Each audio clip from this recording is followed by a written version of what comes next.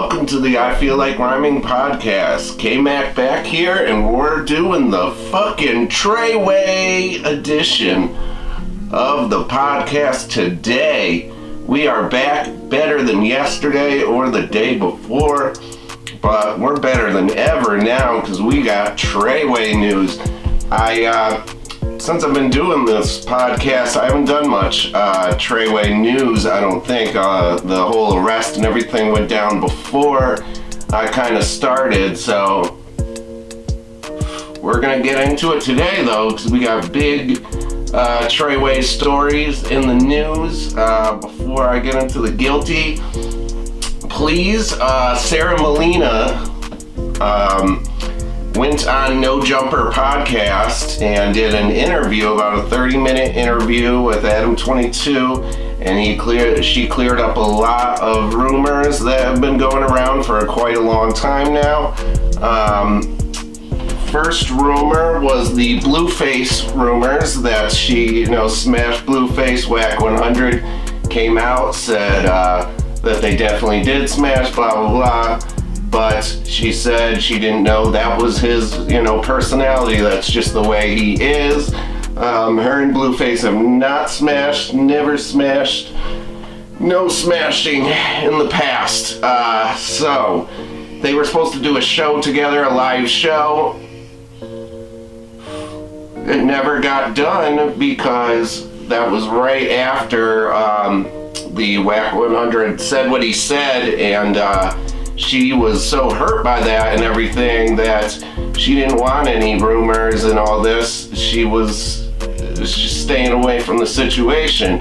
So she canceled the show. Blueface still did the show, just without her.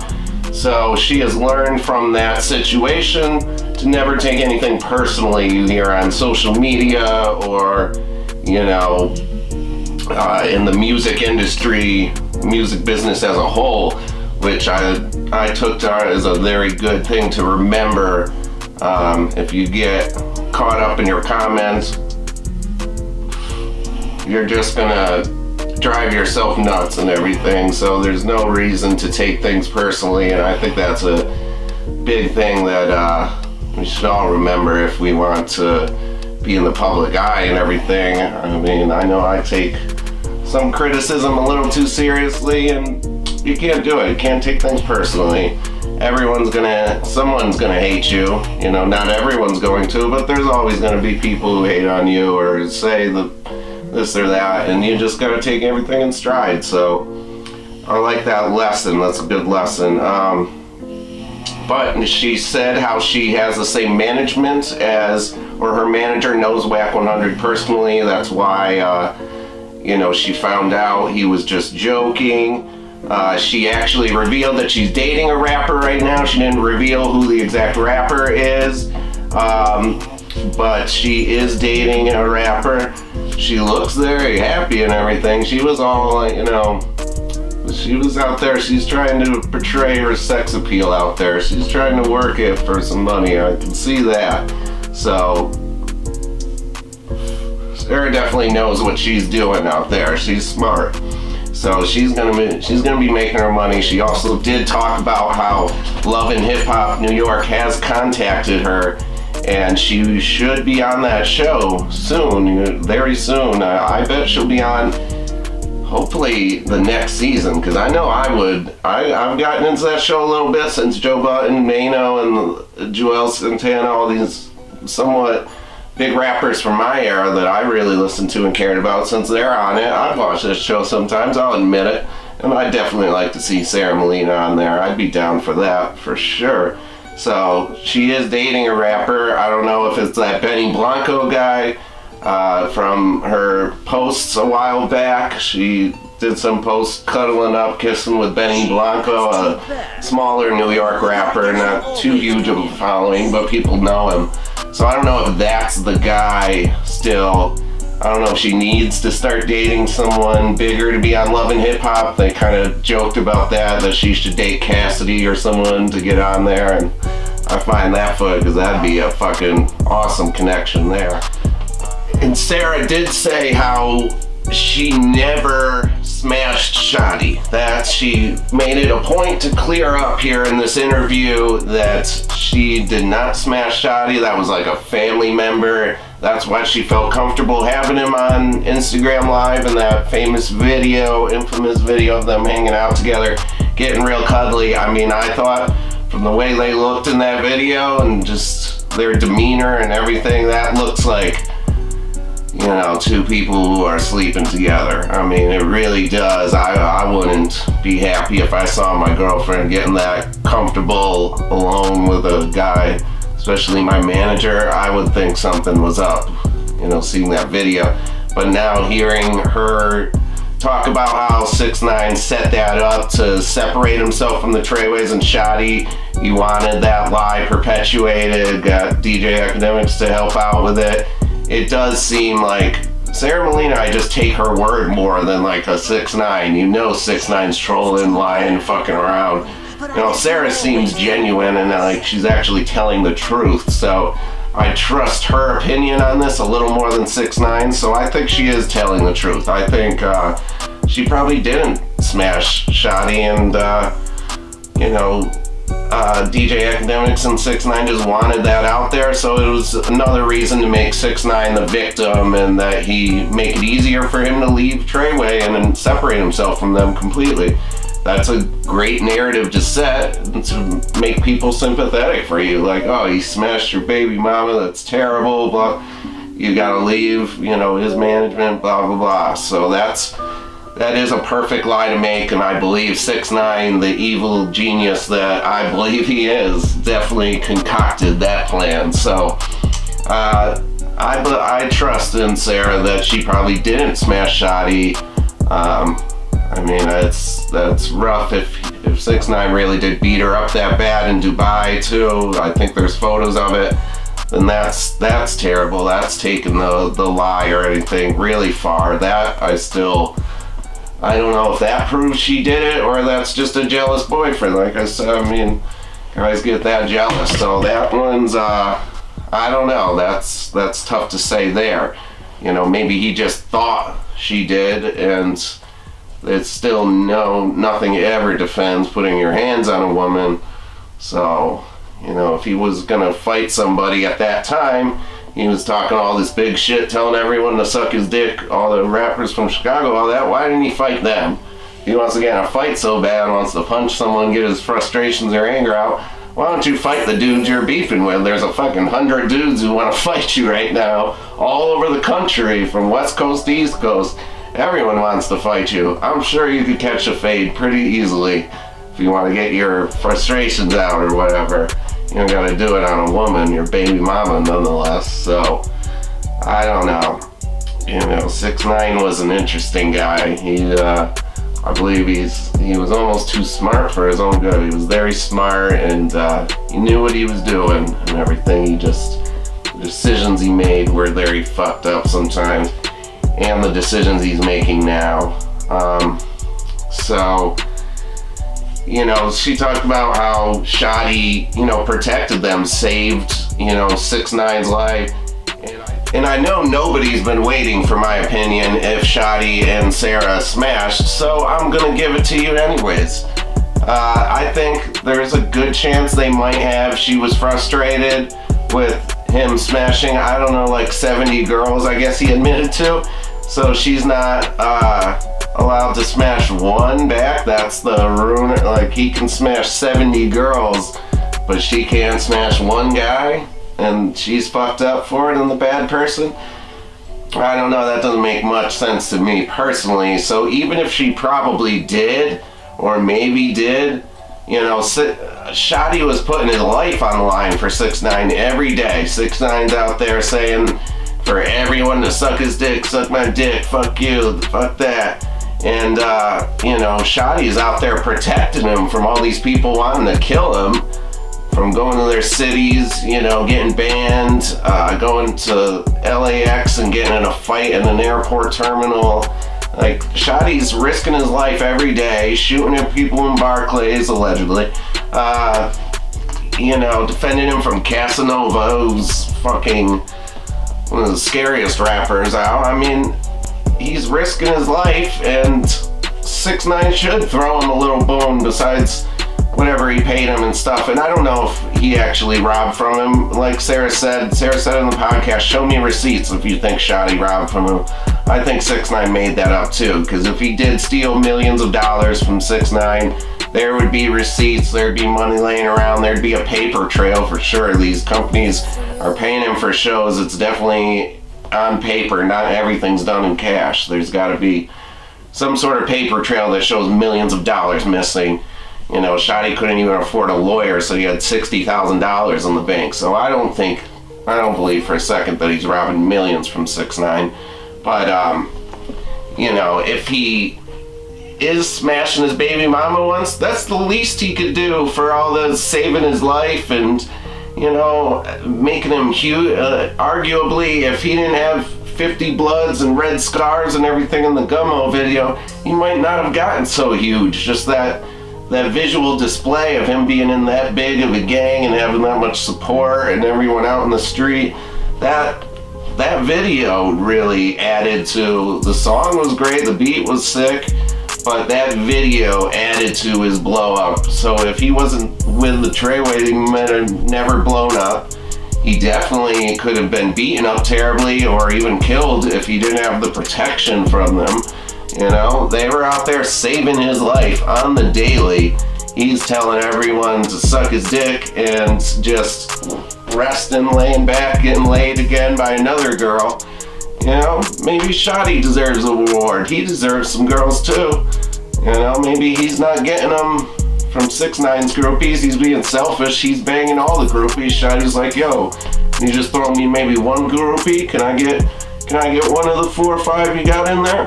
And 6ix9ine's like, no, dummy, stupid. You go jerk off in your room or something. And Shotti got fed up, so he's like, you know what? I deserve to smash, and I like your baby mama. She's cute, she's very pretty. I'm gonna smash that. So maybe there was a little bitterness too, like, yeah, you wanna put me in this position where people wanna shoot at me, you know, I'm shooting back every day, fighting. You're not paying me enough. You won't let me smash the groupie. I'm fucking Sarah. So that's my insight into how that situation probably went down, right there. I know being bitter and jealous. I know that topic. So, you know, Shotti got a little bitter, and maybe Sarah did advance. Sarah was a little bitter. 6ix9ine's out there smashing everything.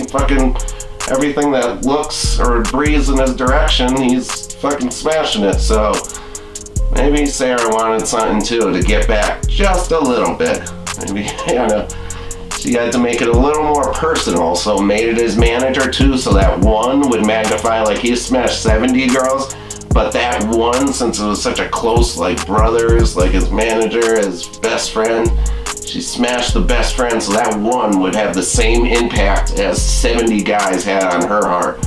She's in love with the dude, he's cheating on her every day with 70 different girls. She's hurt, she's feeling a type of way, so she wants to get back at him. Smashes his best friends.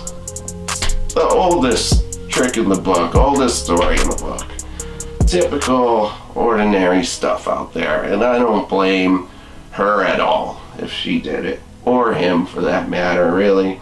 And especially now that he's snitching on him and he's getting 15 years. That's the second story. He's got a minimum of 15 years over it. So, you know, he deserved it if he did get to smash. So, alright.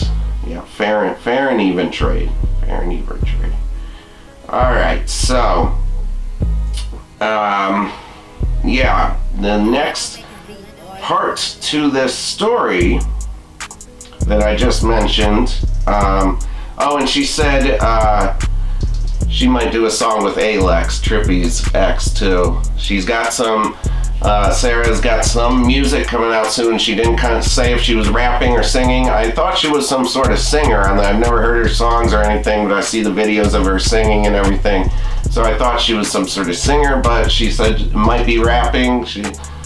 She didn't reveal it, but she has new music coming out soon, so fuck it. Couldn't be any worse than 6ix9ine's music. No, I like 6ix9ine's music, honestly, so. But her music could be close to as good. You never know, so fuck it. I'd listen to it. I'm here for it. I'll definitely be streaming the SARA MOLINA album. Fucking fuck 6ix9ine diss track. No, but the second part to the story that I mentioned is that Shotti has now pled guilty. It came out, he pleads guilty to 3 of the charges, and one of the charges is for shooting in the Barclays Center during the Casanova shooting, which carries a minimum of 10 years. And then there's 5 years for the robbery where they robbed him and another gang member, robbed a scum gang backpack while 6ix9ine filmed it on his phone in the car, of course. Because that's pretty gangster right there to do. That's what all the new gangsters are doing. So yeah, that faces 5 years minimum charge. So if you do that math, that's 15 years minimum for Shotti. So it's not looking good, and but that's probably the best. With 6ix9ine snitching, they had piles and piles of evidence, videos, pictures. Fucking, they got their friend's cousin from down the street, his sister's boyfriend, snitching on him, and freaking the guy down at the bodega telling the cops everything they need to know. He was screwed. So 15 is probably the best situation he could get there. So he took it and let me get out of here on some good behavior in like 10, 13 years or so. Or I don't know, a minimum would be 15, so actually it's gonna be at least 15 years. It's probably more. Probably he'll be out in like 2034, I heard. It's crazy. Are we even gonna be around that long? I don't know. That's wild. Some sort of conspiracy theory. We might not make it that far. Listen to all the flat earth stuff, watching Alex Jones and Joe Rogan on that podcast. Have you thinking. But yes, there's a interview from jail where Shotti says that, you know, he could have snitched and he didn't, and he would have got the same amount of years, so would have 6ix9ine. So he sounds hurt and everything. He calls 6ix9ine an ungrateful rap bastard. He says Treyway is not dead, to let everybody know, and I think he says to release the footage they have of 6ix9ine when you can. I'm not sure on that. He says something, I thought he says release the footage so you let people know the truth and let people know what really happened. So I don't know if that's what he was saying, or just let people know that Treyway's not dead and I'm coming back in 15 years. Just hold on tight.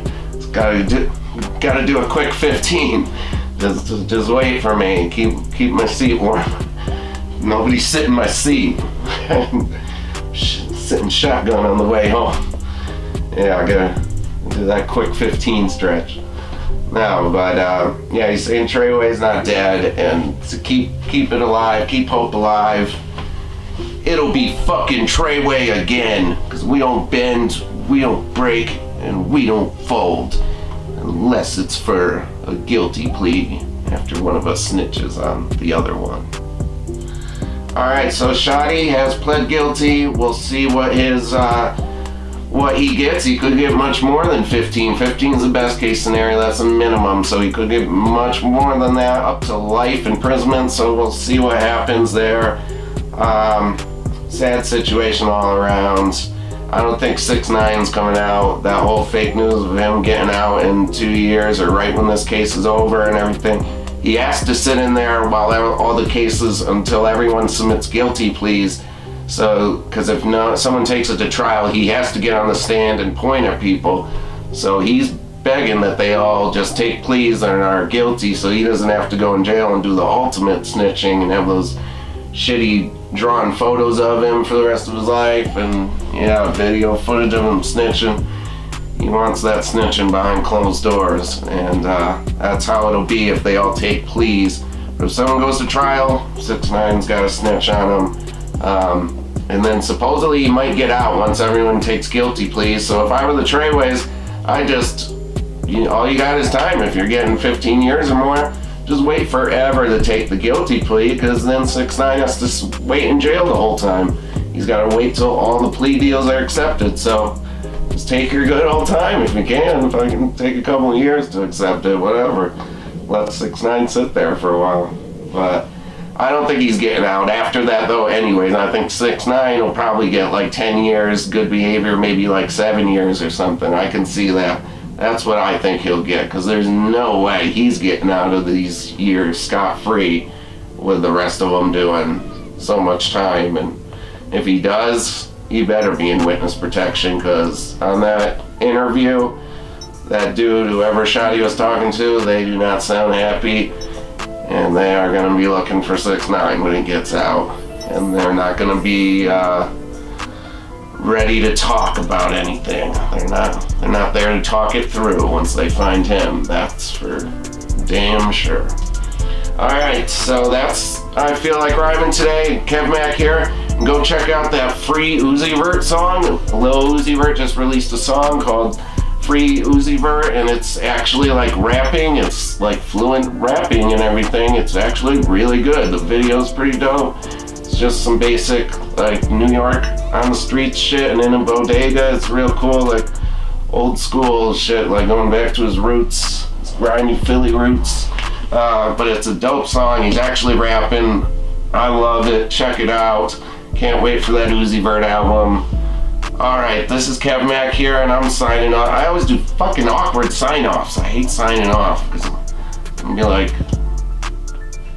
can't wait for that Uzi Vert album, definitely. Eternal Awake, coming soon. Alright, this is Kev Mack signing off. This is the I Feel Like Rhyming podcast. I Feel Like Rhyming podcast. I always do such shitty sign-offs. Peace!